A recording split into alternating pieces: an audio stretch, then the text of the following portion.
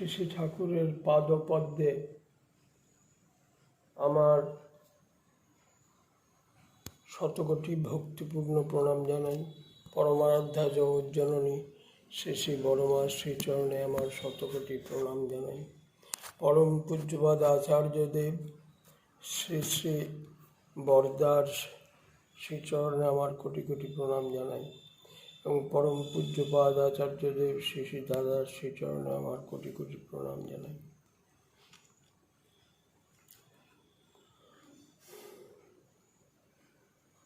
আজকে এই সৎসঙ্গ চুঁচুড়া মন্দিরকে কেন্দ্র করে বর্তমান পরিস্থিতির পরিপ্রেক্ষিতে আমরা মানুষ হিসেবে একত্রিত হয়ে সৎসঙ্গ করার সুযোগ থেকে এখন বঞ্চিত। তাই বর্তমান পরিস্থিতিতে যেটা সম্ভব সেইভাবে আমরা আমাদের প্রিয় পরমের গুণকীর্তনে সমবেত হয়েছি। প্রথমে আমি একটু এই চুঁচুড়া মন্দিরের ইতিহাস একটু বলে নিই। ওখানে একটা কেন্দ্র ছিল, টিনের চাল দেওয়া, আশেপাশে একটু জায়গাও ছিল। যখন পরম পূজ্যপাদ আচার্যদেব বললেন,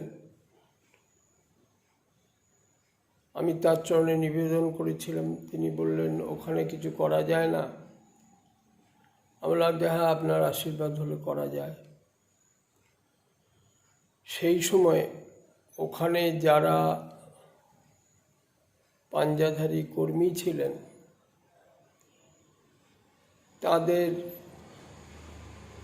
কিছু অসুবিধে থাকার কারণে তারা দায়িত্ব নিতে পারেননি বা সম্ভব ছিল না। অথচ শ্রী শ্রী আচার্যদেবের ইচ্ছা, তখন ওখানে এক সময়ে শ্রদ্ধেয় লক্ষ্মীদাও যাতায়াত করতেন, তার মাধ্যমে অনেক দীক্ষাও হয়েছে। আমি শ্রদ্ধেয় দুলালদাকে আমি অনুরোধ করেছিলাম, রামদাকে, আমি ভুল বললাম, শ্রদ্ধেয় রামদাকে অনুরোধ করেছিলাম এবং তারা স্বামী স্ত্রীতে দেওঘরে এসেছিলেন। সারা রাত্রি রামদার সঙ্গে কথা বললাম। তিনি প্রথমেই তার অসুবিধের কথা জানিয়েছিলেন, সেটা হচ্ছে এই যে তিনি কোনো পাঞ্জাধারী কর্মী ছিলেন না। বললে আমাকে কে চেনে, আর এই মন্দির করা তো সহজ কথা নয়, লক্ষ লক্ষ টাকার ব্যাপার। আমি যে মানুষের কাছে চাইব, কোন বিশ্বাসে তারা আমাকে দেবে? সারা রাত্রি কথা হয়েছিল তার সাথে সেন্টিনারি গেস্ট হাউসে। কথা হওয়ার পর তিনি রাজি হলেন, বললেন হ্যাঁ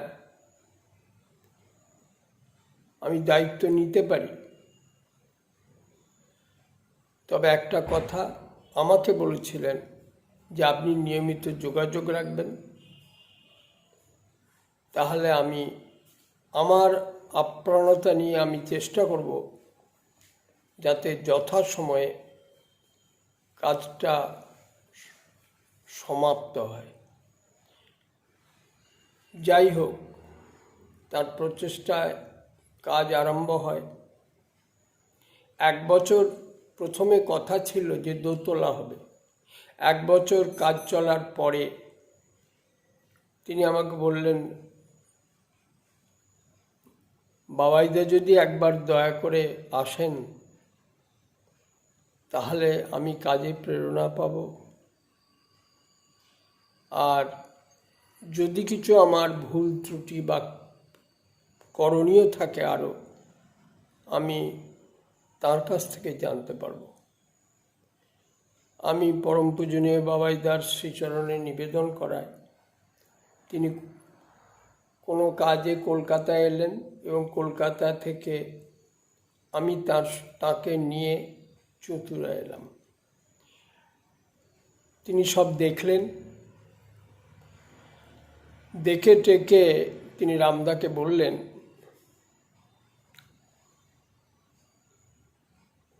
যে দোতলায় হবে না, আপনাকে 3 তলা করতে হবে।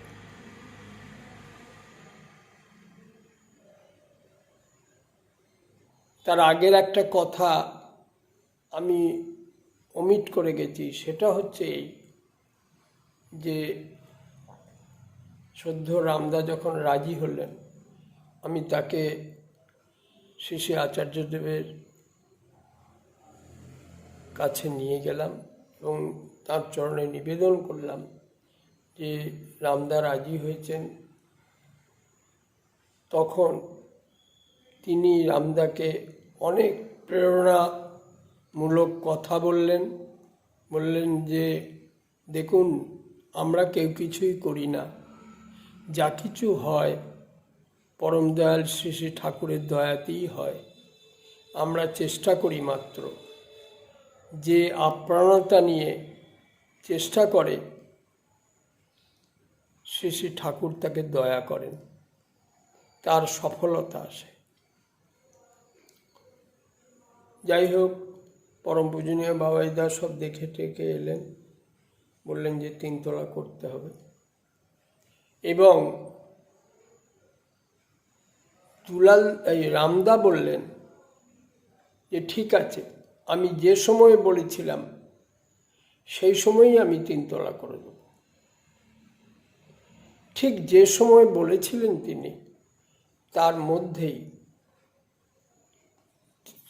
সমস্ত কমপ্লিট করে, এমনকি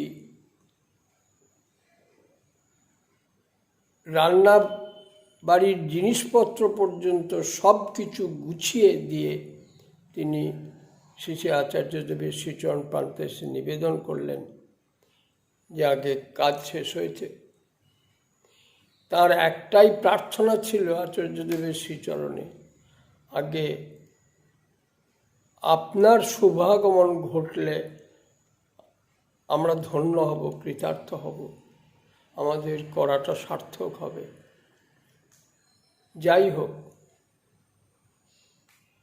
পরম পূজ্যপাদ আচার্যদেব শ্রী শ্রী দাদা তিনি রাত্রির শ্যামনগর মন্দিরে রাত্রি কাটিয়ে সকালে ভোরবেলা যেয়ে তিনি মন্দির উদ্বোধন করেন। প্রচুর মানুষজন আসে।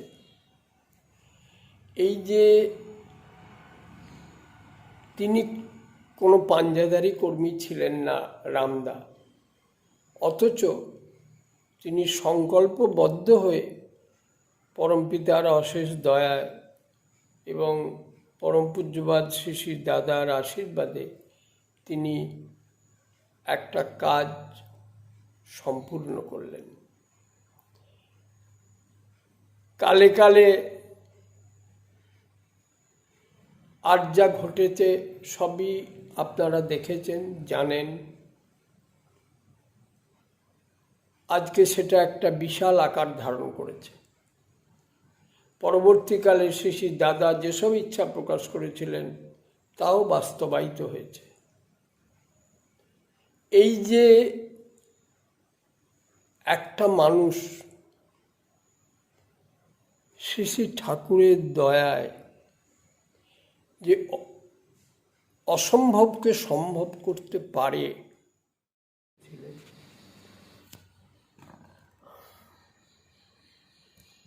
এই মানুষের ভেতরের যে শক্তি, যা তার ভেতরে সুপ্ত থাকে এবং তা সে নিজেও জানে না অনেক সময়, কিন্তু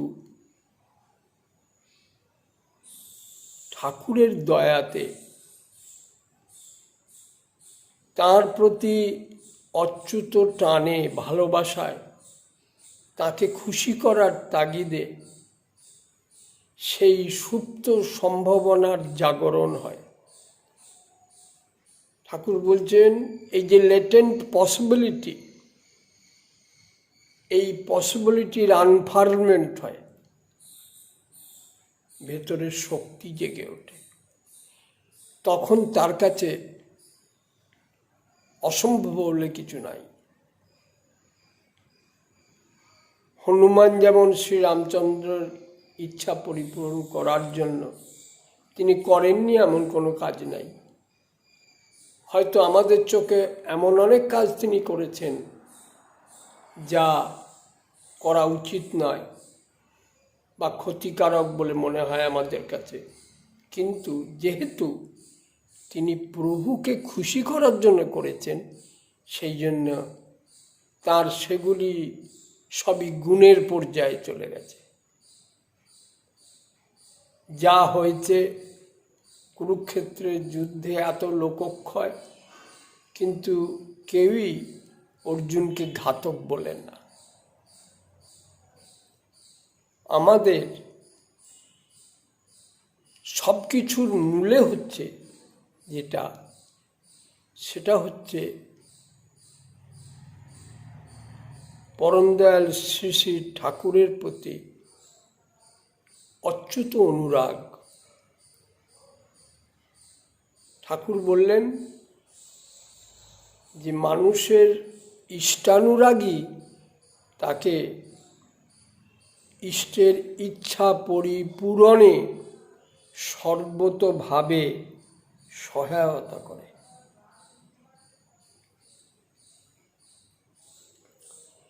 এই শক্তির জাগরণ সবার মধ্যেই ঘটতে পারে, কিন্তু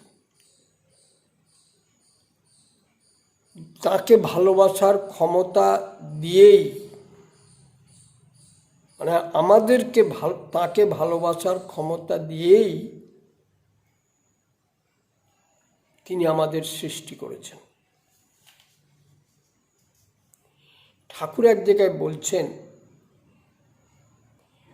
অন্তহীন অচ্যুত ইষ্টানুসরণ ও ইষ্টানুপূরণের খেলায় নিরন্তর মত্ত থাকার জন্যেই মানব জীবন। এইটার জন্যই আমাদের জীবন। আমরা আমাদের অস্তিত্বকে ভালোবাসি।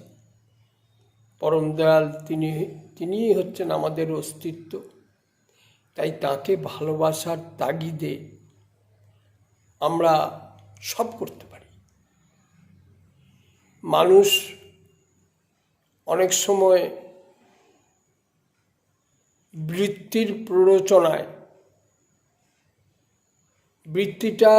বৃত্তিগুলো হচ্ছে ওয়াটার টাইট কম্পার্টমেন্টের মতো, এর ভেতর ঢুকলে বেরোনো খুব মুশকিল। তা কামই হোক, ক্রোধী হোক, লোভী হোক, অহংই হোক, এর মধ্যে ঢুকলে বেরোনো খুব কঠিন।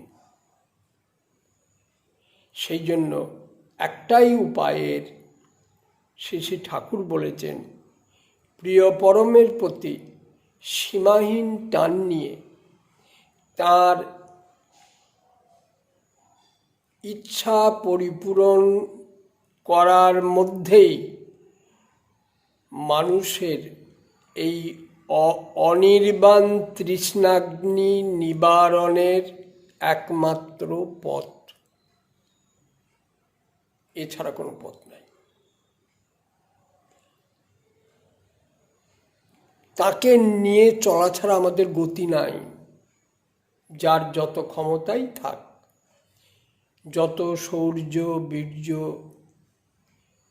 প্রতিষ্ঠা যাই কিছু থাক, সবই একসময় মূল্যহীন, সবই একসময় মূল্যহীন হয়ে যায়।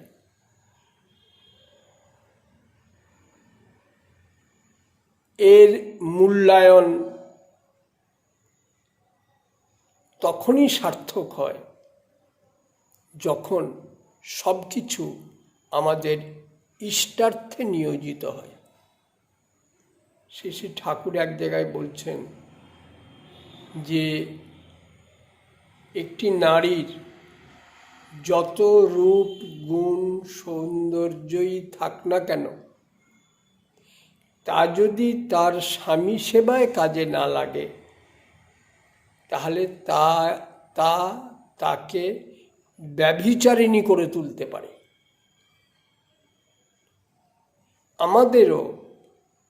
আমরা যদি আমাদের যোগ্যতা, পারগতা, জ্ঞান, বুদ্ধি, বিবেচনা যা কিছু আছে, পারস্পরিকতা, সব যদি আমরা তার ইচ্ছা পরিপূরণে যদি কাজে না লাগাই, তাহলে এগুলি আমাদেরকে অমানুষ করে ফেলতে পারে। ক্ষমতার অহংকার, বৃত্তি তাড়িত যে জীবন, ঠাকুর বললেন সে জীবন হচ্ছে পশুর জীবন। ঠাকুরের একটা ছড়া আছে, খাওয়া, হাগা, যৌন ক্রিয়া, এই যদি হয় জীবন তাল, সম্বর্ধনী তপশ্চর্যা না থাকলে তার মন্দ ভাল। আমরা যে এই পৃথিবীতে এসেছি, আমাদের উদ্দেশ্য কি? ব্যক্তিগত জীবনে, দাম্পত্য জীবনে, পারিবারিক জীবনে, সমাজ জীবনে, পরিবেশ পরিস্থিতির নিয়ন্ত্রণে আমরা যদি ইষ্টমুখী না হতে পারি, নিজেদেরকে যদি তন্মুখী না করতে পারি, তাহলে এগুলি আমাদেরকে কখন কোন খাতে ফেলবে, কোন দিকে টেনে নিয়ে যাবে, আমার জ্ঞাতে বা অজ্ঞাতে, তা আমি জানি না। ঠাকুর এক জায়গায় বলছেন, বন্ধ করো প্রবৃত্তির গোপন অভিসার। কারুর যদি একটা বৃত্তিও গলা খোলা থাকে, সেই তার সর্বস্ব হরণ করতে পারে। এগুলি হচ্ছে আলোকলতার মতো। এক রকমের লতা আছে, প্রায় কুল গাছে দেখা যায় বা অন্য গাছেও দেখা যায়। একটা লতা সেখানে ছিঁড়ে ফেলে দিলে আস্তে আস্তে গোটা গাছটাকে ছেয়ে ফেলে। তারপর ওই গাছ থেকেই সে রসদ সংগ্রহ করে। তারপর একদিন সে নিজেও মরে যায় আর গাছটাকেও মেরে ফেলে। এইটি হচ্ছে বৃত্তির ক্যারেক্টারিস্টিক। সেই জন্যে এগুলিকে যদি আমি নিয়ন্ত্রিত করতে না পারি, ইষ্টানুরাগের মাধ্যমে, তাহলে এগুলির হাত থেকে আমি রেহাই পাবো না।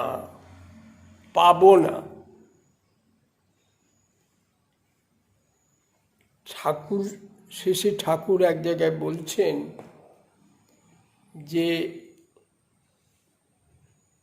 এই যে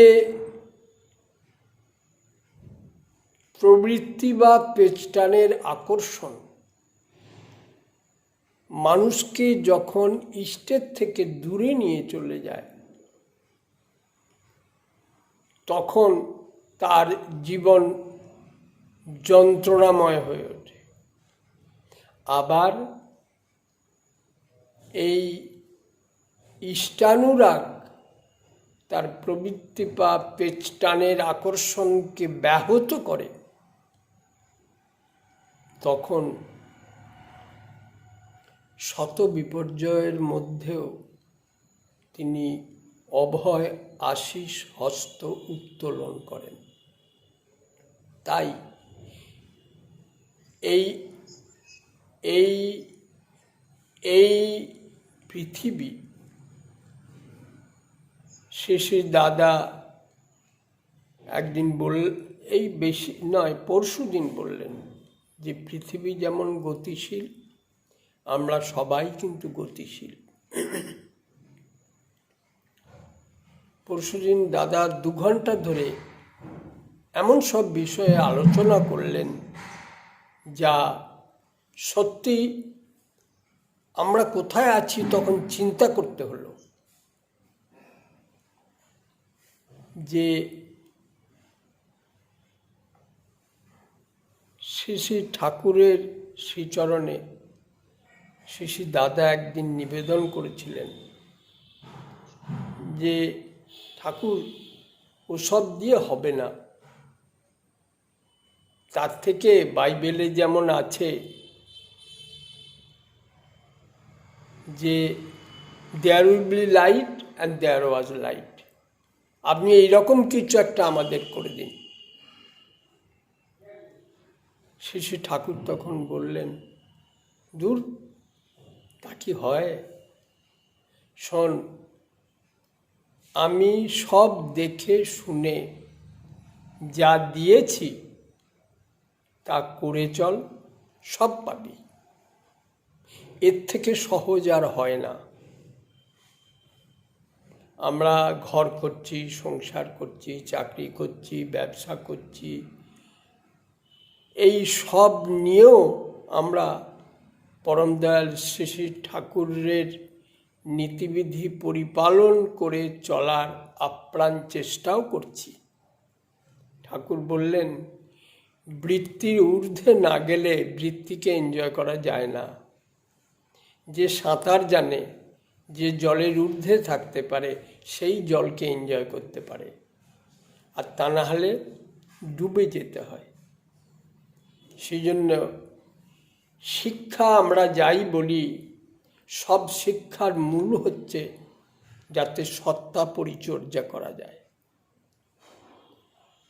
সেই শিক্ষাই আমাদের কাছে জীবনীয় শিক্ষা।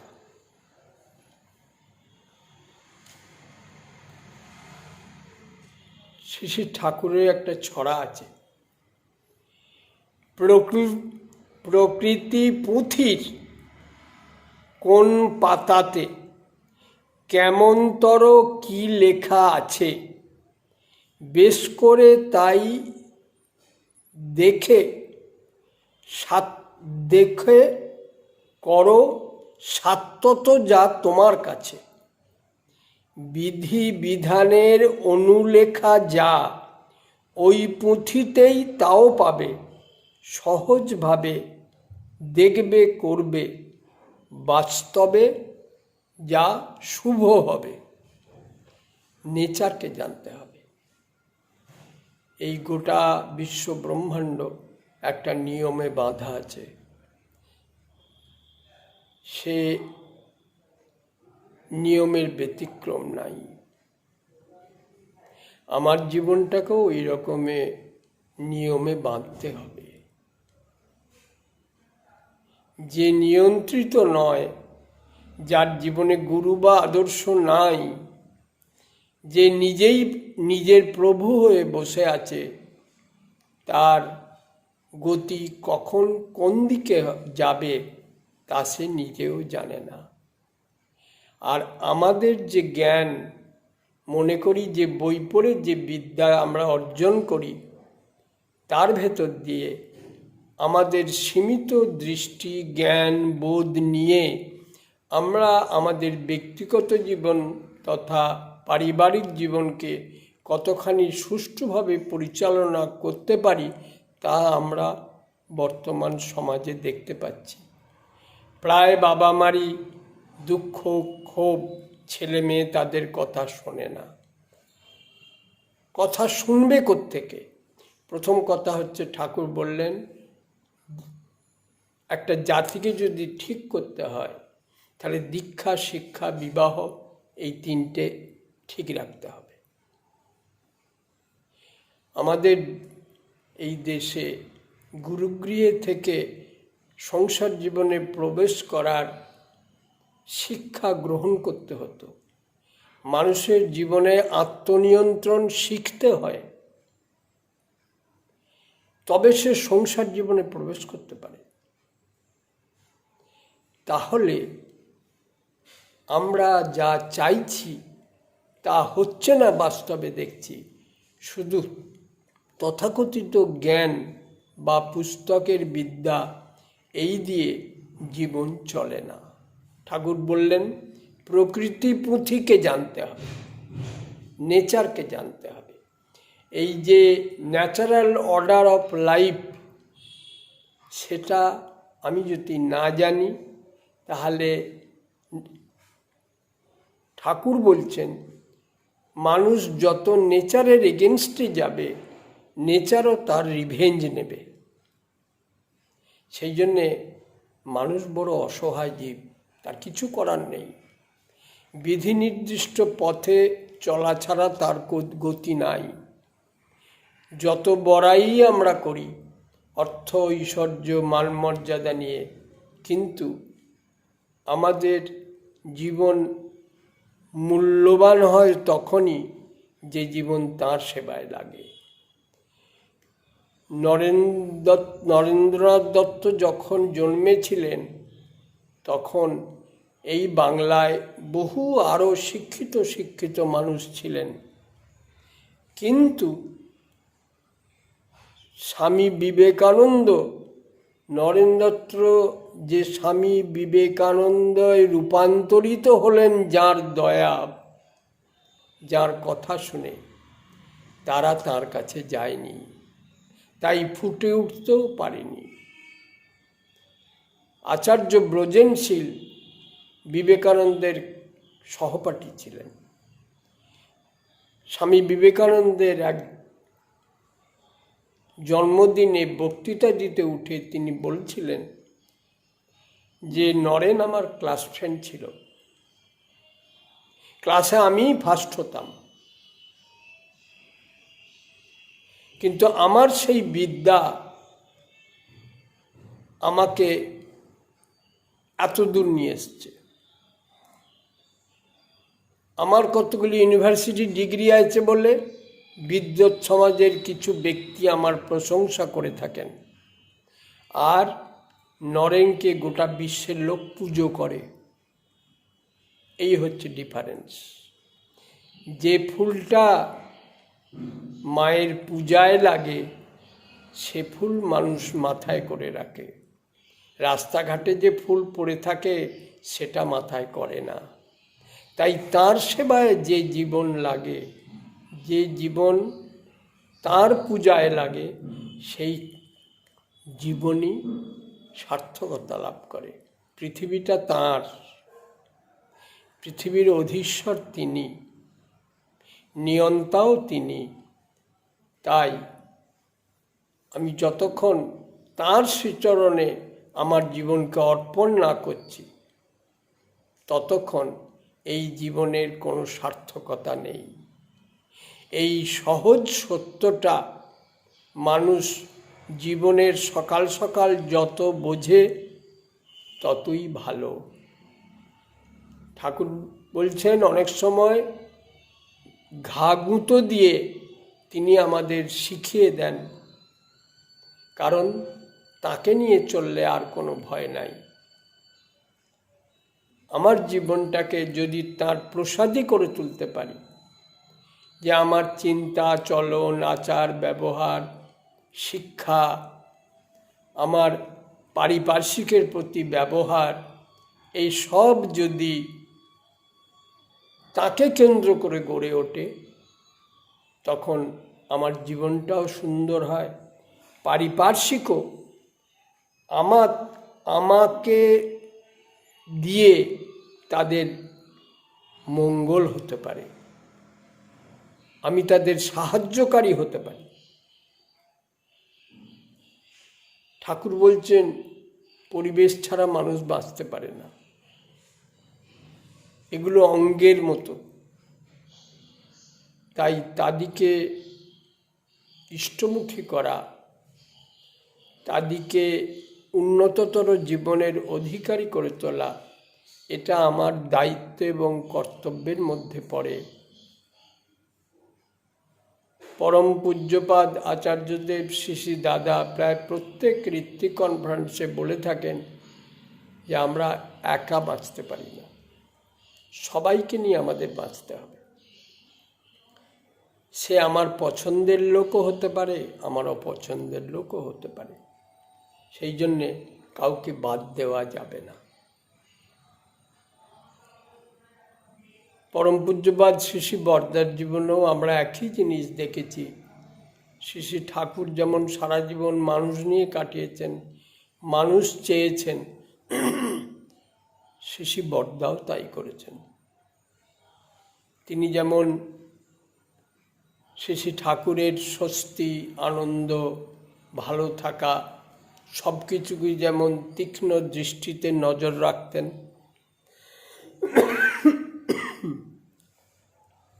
পরম পূজ্যপাদ শ্রী শ্রী দাদাও শ্রী শ্রী বরদার দিকে তেমন করেই নজর রাখতেন। পুরীতে একবার নেতাজি সুভাষ বোসের পরিবারের একজন পুরী গেছেন শ্রী শ্রী বরদার দর্শনে।